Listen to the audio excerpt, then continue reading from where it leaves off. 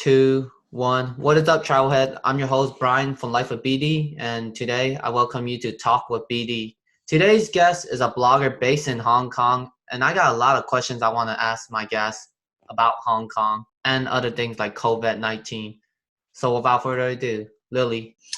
Hey everyone, my name is Lily. I'm a travel blogger based in Hong Kong. I actually work a full-time job in finance. I'm also an American. I was raised in Boston, Massachusetts, USA. And in October 2019, I started a travel blog.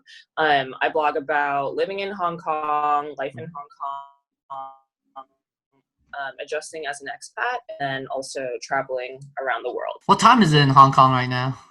Yeah, it's around like 8 a.m. Yeah. I got my pineapple juice here. Yeah. Woke up pretty early for this, but I'm really happy to be here. Yeah, thank you. How's everything before the COVID-19 hit Hong Kong? It's kind of strange. I feel like in the past year, Hong Kong has like taken a big beating because right before we had the virus hit, for the past I'd say 8 months, coverage about the city has always been about the Hong Kong protests. Yes. Right, which I'm sure you and your listeners or a bunch of people have been reading about, watching about. So pretty much since like June of 2019, the environment's already been pretty tense. So I would say, even though when I first moved here 3 years ago in 2017, the streets are always filled out with people and tourists doing their thing. But I would say since mid last year, we don't see tourists in the city. Oh wow. We just don't. People only come to Hong Kong for business or whatever. The streets are completely cleared out. It's been like this for almost a full year now. Wow. So in general, it's just so much of a quieter city than before. So you moved there around 2017? Yeah, I moved there in 2017. And when I moved here, everything was pretty business as usual. So super crowded, just bright lights, just a huge, your classic metropolitan city, like Asia's New York. Okay. Yeah, I actually came down to visit in the beginning of 2017 to Hong Kong. So, and I miss it. I wanted to. Oh, really? No this way. year. I think we crossed paths there. We probably have, no joke, right? Yeah, I feel like it's just really cool. There are just so many things to do. Yeah, there's tons of things to do. I miss it. Food-wise, I don't really miss their food. It's whatever to me. But just the scenic, everything else.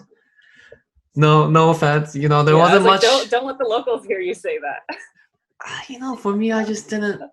I like the Southeast Asian style food more out there. Hong Kong That's food. fair. I feel like in comparison to Vietnamese or Thai food, I think Hong Kong food can be a little bit bland in comparison, right? It doesn't have as many strong flavors going on. Hong Kong, and not to be mean, Taiwan too. I went to Taiwan last year, and I was like, wow, it wasn't too impressive.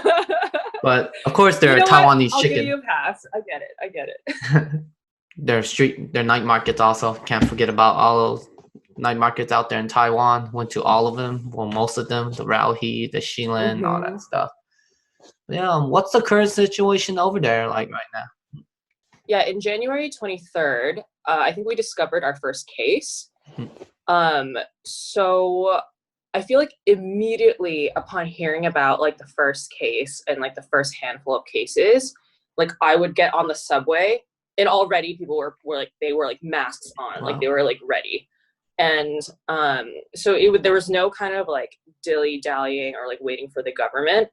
And then since then, I would say 95% of the street 95% of the time when you go out on the street, people will be wearing masks.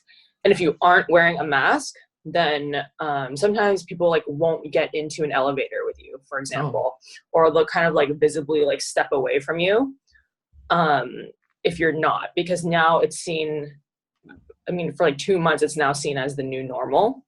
Yeah. In addition to, I would say, the quiet streets, schools are closed, right? Schools are closed until further notice. most of the office workers, they're like mostly working from home. So when you go into the business district, etc., like you won't see as many people as there used to be.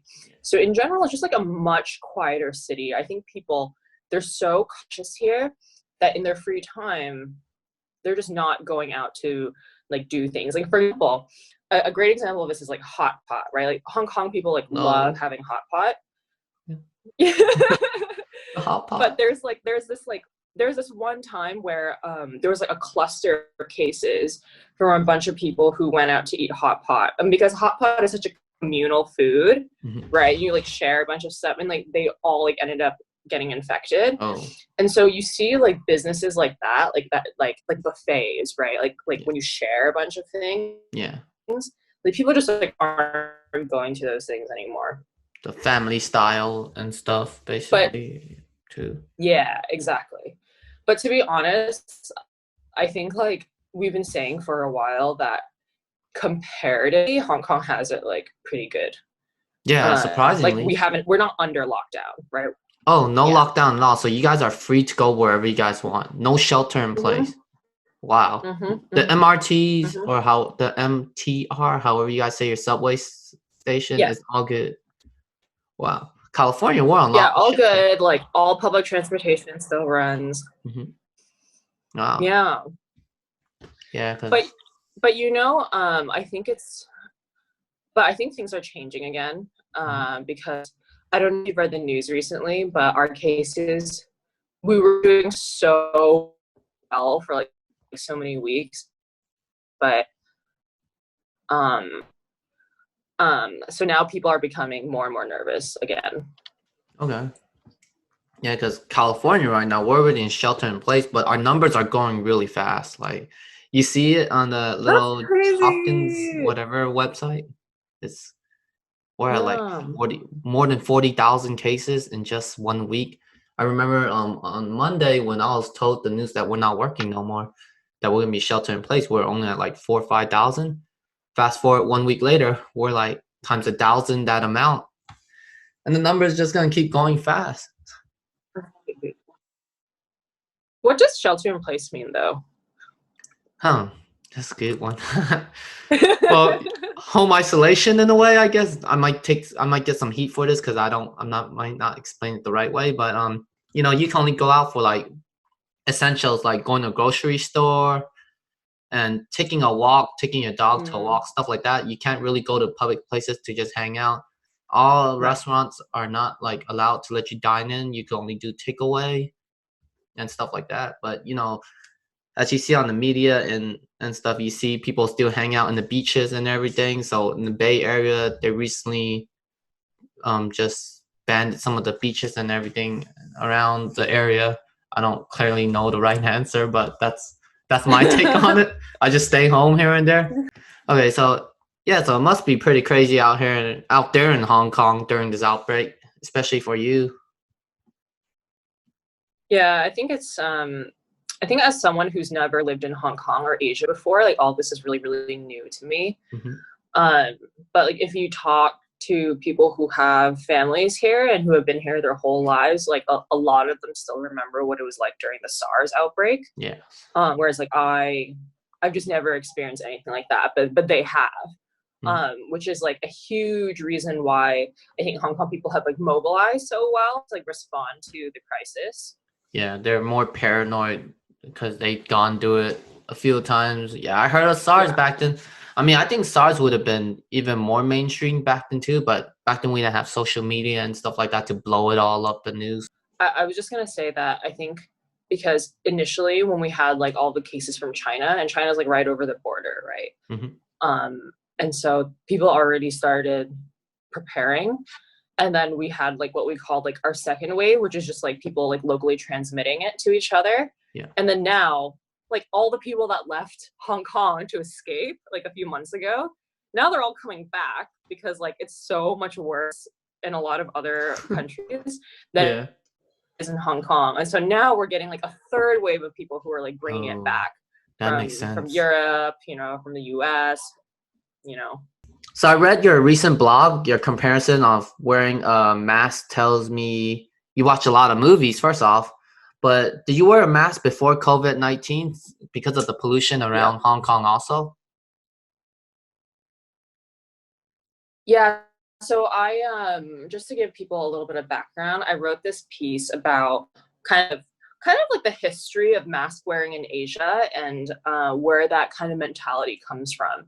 And so even before all of this began, it's super, super common to see people wear masks for maybe for pollution. So you see that a lot in like Seoul and Tokyo Oh. and Hong Kong, because the Asian cities do tend to be heavily polluted. And then also, I think whenever you're sick, it's seen as like common courtesy to protect, basically to protect other people from yourself, right? Like you don't want to spread your sickness. So people see it as like a gesture of politeness if you're coughing and you put on a mask. But like I personally, because I was raised in the US, I'm just completely not used to that culture. So Yeah. even when I was sick, it's just like I just don't do that, and like people would look at you a little bit weird if you like went around wearing like a surgical mask. Yeah. Word on But that. it's just super common here. Yeah, I think like there's a huge cultural difference, right? Between like I think a huge aspect that people don't talk about as much is that governments are issuing different guidelines, right? In Hong Kong, in public places, people will, or like there are a bunch of signs that say wear a mask. And sometimes they won't let you in certain buildings unless you're Wow. wearing a mask. So it's seen as like this huge social duty, and it's in like the government guidelines. But I've heard that in the US and other parts of Europe, your people are being urged not to wear a mask, Oh. to like either like save supplies for like hospitals and stuff, or like I don't know, like or you get harassed or something Oh, okay, yeah. if you're seen to be wearing one. I don't know if Yeah, that's because true, but I think in America they see it more as if you wear a mask, then you must be sick, and people are gonna really want to avoid you out here because they're not accustomed to seeing people outside in the street just wearing a mask. not all masks are created equal. So like the one that you'll see like the most common, I have two real life examples next to me. Okay. So one of the ones that are like the most common is this one. It's just a normal like disposable surgical mask, and there's like a hard band at the top. And so the way you're supposed to do it is like you wash your hands obviously and you put it over, and then you have to squeeze the top so that it kind of Yeah. like it adheres to your nose in the right way. And so basically these are just like the disposable masks that will prevent large particles from being like expelled from you when you're ill, or like prevent like large droplets of like bodily fluids. And like it does like filter some bacteria, but it definitely doesn't filter everything. And then another common and more effective one, which I don't have because they're pretty rare, but people have been talking about, are like the respirator masks, like the N95 masks. Yes. So those are the ones that they look more like muzzles, right? They're like they clamp onto your face. Yeah. And those are like way harder to breathe in. The breathability is just like very small because they can filter so much more, and they can filter like really, really particular bacteria from the air. So those are the ones that like I would say are the most coveted, but I don't have them. I don't own any. And then like probably the one that people would use for pollution, but is like not really active like during the crisis, are these like what we call like Japanese pitta masks. Yeah. So they look like this. And these are like very, very common. They're like very breathable, but they don't really do much except like protect from like pollen particles or like really large things. So which one's your COVID-19 mask? Yeah. So I definitely wear the surgical masks. If I feel like I want to be like kind of cute, like I might wear this one. But like it's like I know it's like not really doing much for me, for like protection. But I definitely wear the surgical mask like pretty much every single time I leave my house. Oh, okay. Yeah, when I was in Hong Kong, I don't remember ever wearing a single mask. myself. So I guess the next time I come back there, I will need to wear a mask because of how paranoid everyone is now. So yeah, they're really like people are really paranoid these days. Yeah. Even out here, I guess, is like if you hear someone coughing and stuff, you're gonna panic a little. It's like I was at a grocery store today and I just heard someone coughing and I'm just looking back like, the fuck, like he just coughed. Yeah, you like hold in your cough, right? You're Mm-hmm. like, even if you need to sneeze and you're not sick or something, you're just like, you're like holding it in so that like you don't have to deal with that. Like, Yeah, the I'm not stigma. sick, There's a lot but of social stigma. yeah, so just being all cautious and stuff now. But yeah, it's like whenever I come back to Hong Kong, I guess you gotta show me where all the good spots to eat at. Of course. Maybe I can change your mind. Yeah, I don't know about that. I mean, there's that About the sharkman food. soup, but it's no good. Yeah, I had their Michelin dim sum there, and I wasn't impressed by it. I like their non-Michelin dim sum more than their Michelin one. Man. Maybe I went to the wrong spot. You know what? That's fair. Okay. No, that's fair. Like I completely agree with that. Okay, but their pork with the skin, the crispy skin, that's something else, and their goose. But yeah. Oh yeah. But So yeah. good. So good. All right, thank you, Lily, for being a part of this show today, and it's like let everyone know where they can find you if they're ever in Hong Kong or anything. Yeah, you guys can catch me on Instagram at Lily Wonders. So that's LILYWUNDERS. And then I also have my blog. Go ahead and read my blog. It's also www.lilywonders.com. And I'm really happy that Brian invited me to do this. Thanks for having me, Brian. Yeah, no problem. All right, thank you guys, and we'll see you next time.